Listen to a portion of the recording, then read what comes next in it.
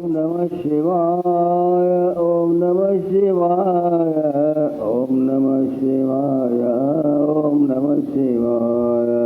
Om Namah Shivaya, Om Namah Shivaya, Om Namah Shivaya, Om Namah Shivaya. Om Namah Shivaya, Om Namah Shivaya, Om Namah Shivaya, Om Namah Shivaya.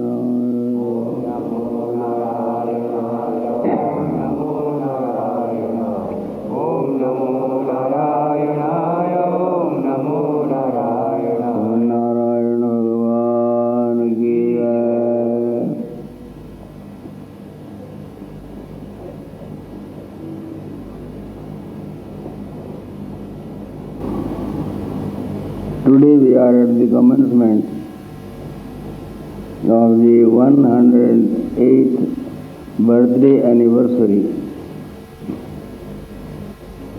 of worshipful Guru Bhagavan, Swami Sivanandaji Maharaj.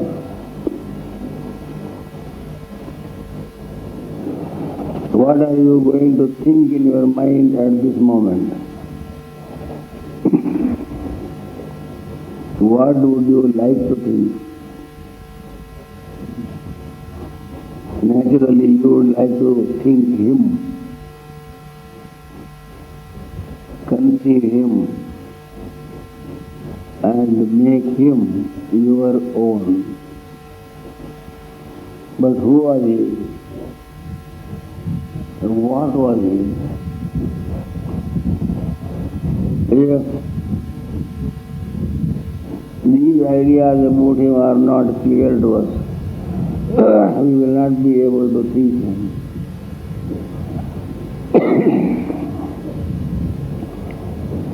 He was a super person, not an ordinary person.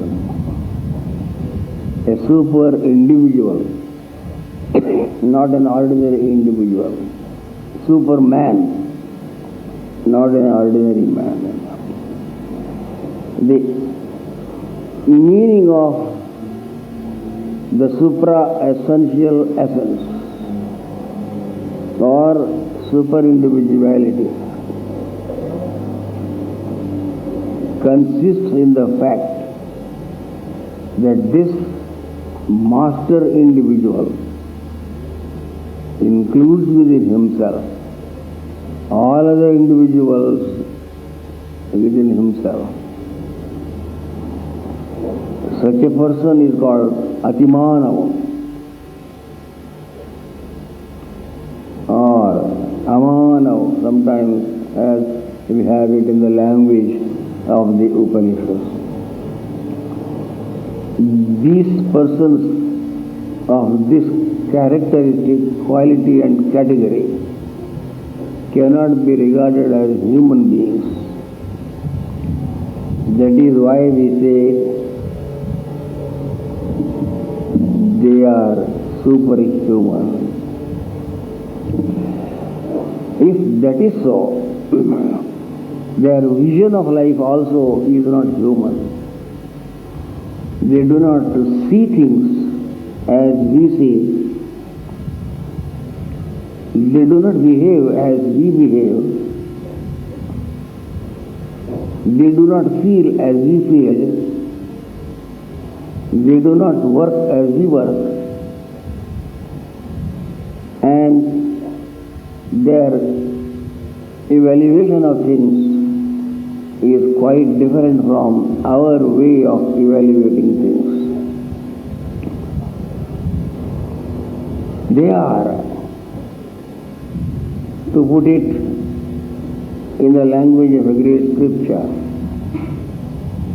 Mahakarta,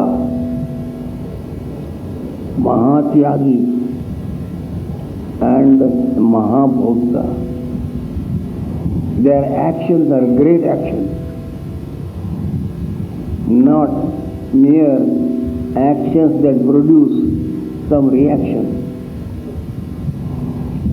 An action that does not produce any reaction is a Mahakarma, but an action that produces a reaction, as in the case of all people, is ordinary karma that binds and causes suffering. They are also not merely Mahakartas, but Mahatyagis. Their renunciation is not renunciation of something, as in the case of people who imagine that they have made this kind of tyaga, this renunciation or that renunciation. Someone might have renounced salt or chili or a family or a pension and so on and so forth. These kinds of tyagas also are known as renunciations. But Mahatyaga is a renunciation of everything. That is to say, a total renunciation of whatever you consider to be as existing. The word sannyasa implies renunciation, but the word does not tell you what it is that is to be renounced. Without knowing what is the object that is to be renounced, people imagine that they have to renounce their family, their landed property, their bank balance, and their relationship with friends, and this and that. But this Mahatyaga does not mean this kind of small renunciation that we have in our minds. It is the renunciation of the very idea of there being a world outside of the sense organs. Who can have such a renunciation? Does the world exist before you? Even to your enunciate, the world exists in front of the eyes. But in Mahatyaga, it does not exist in front of oneself. Where does it exist then? It has merged into the very perceiver's universal vision of life. Impossible to conceive. Because if the renunciation still maintains the consciousness of there being a world outside, there is a likelihood of one day or the other reverting to the belief that the world is worthwhile, and it would be not improper to maintain some kind of personal relationship with the world. This Mahatyagi has no necessity to maintain a relationship with the world, because he himself has become one with the world. So when he beholds the world, we do not know whether he is beholding the world outside or himself as the world.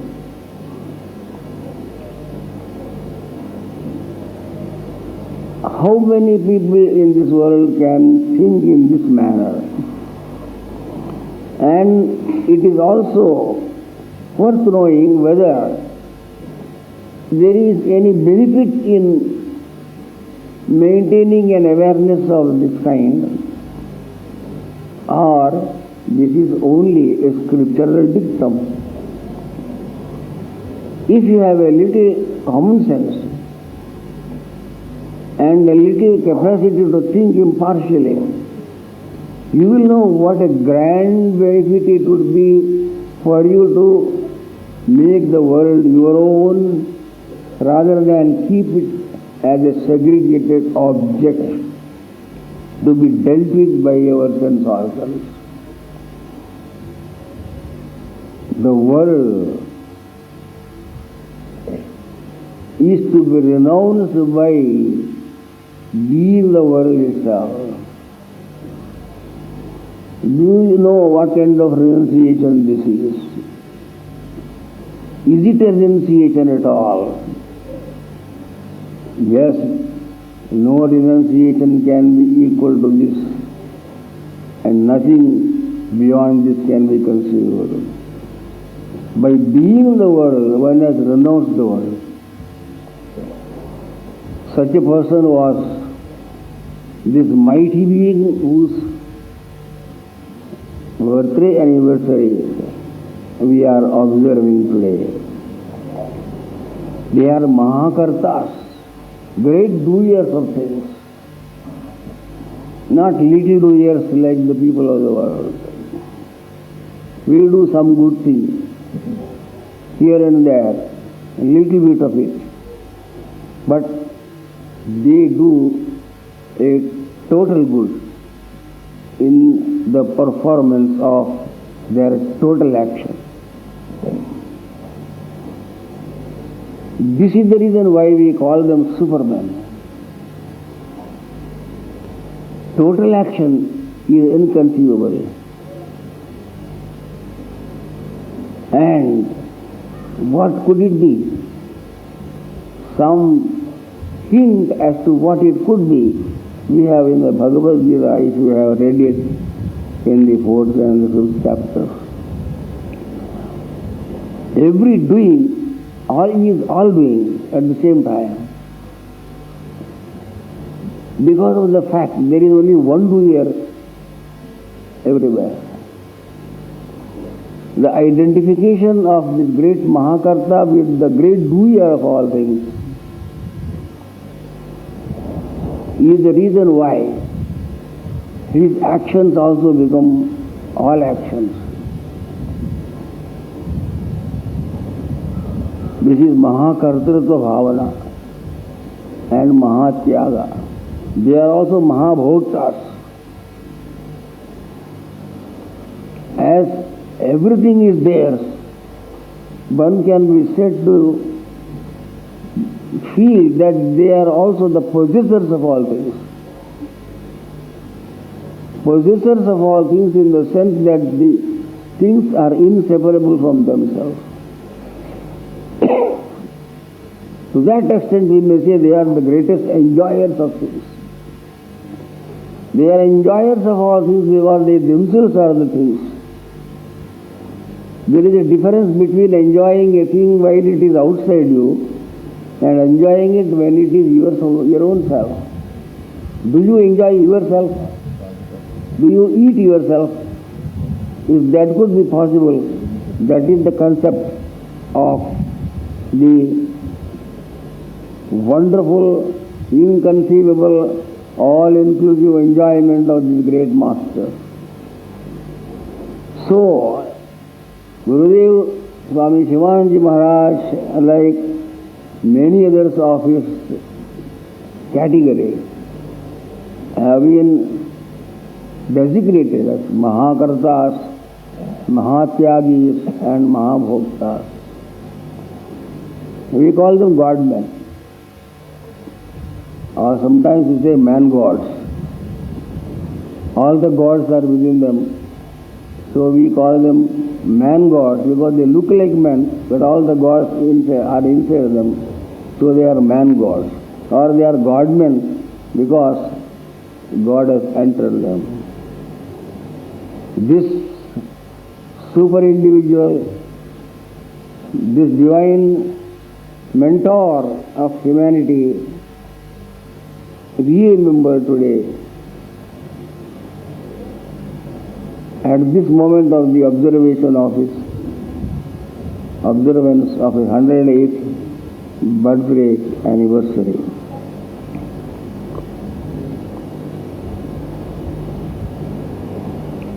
He is the life of every one of us. He is the being of every one of us.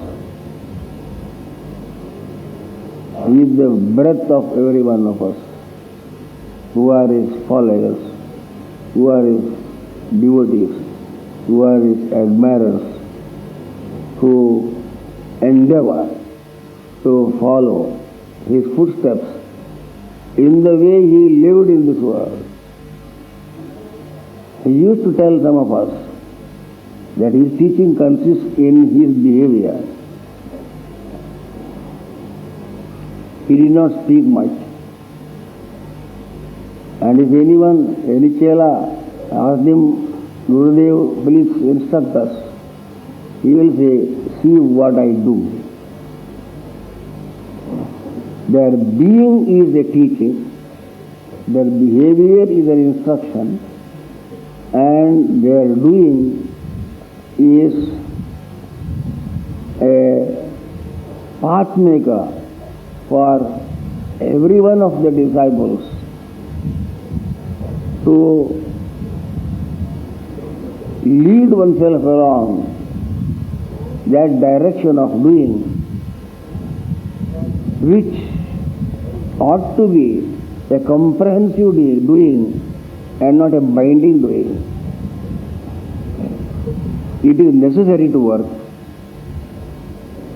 but it is not necessary to work in such a way that work binds. It is necessary to do service in as many ways as possible, but not service that will affect one's welfare. The great masterly teaching of Sri Gurudev to all of us, which we have to remember at this moment, is keep God the Creator of the universe first in your mind, and everything shall follow you. Because when the great universal comprehensiveness is in your heart of hearts, all that has been created by that mighty being also will follow you spontaneously. With this deep feeling of a mood of meditation, may you spend your day today for the benefit of you all. Hari Om Tat.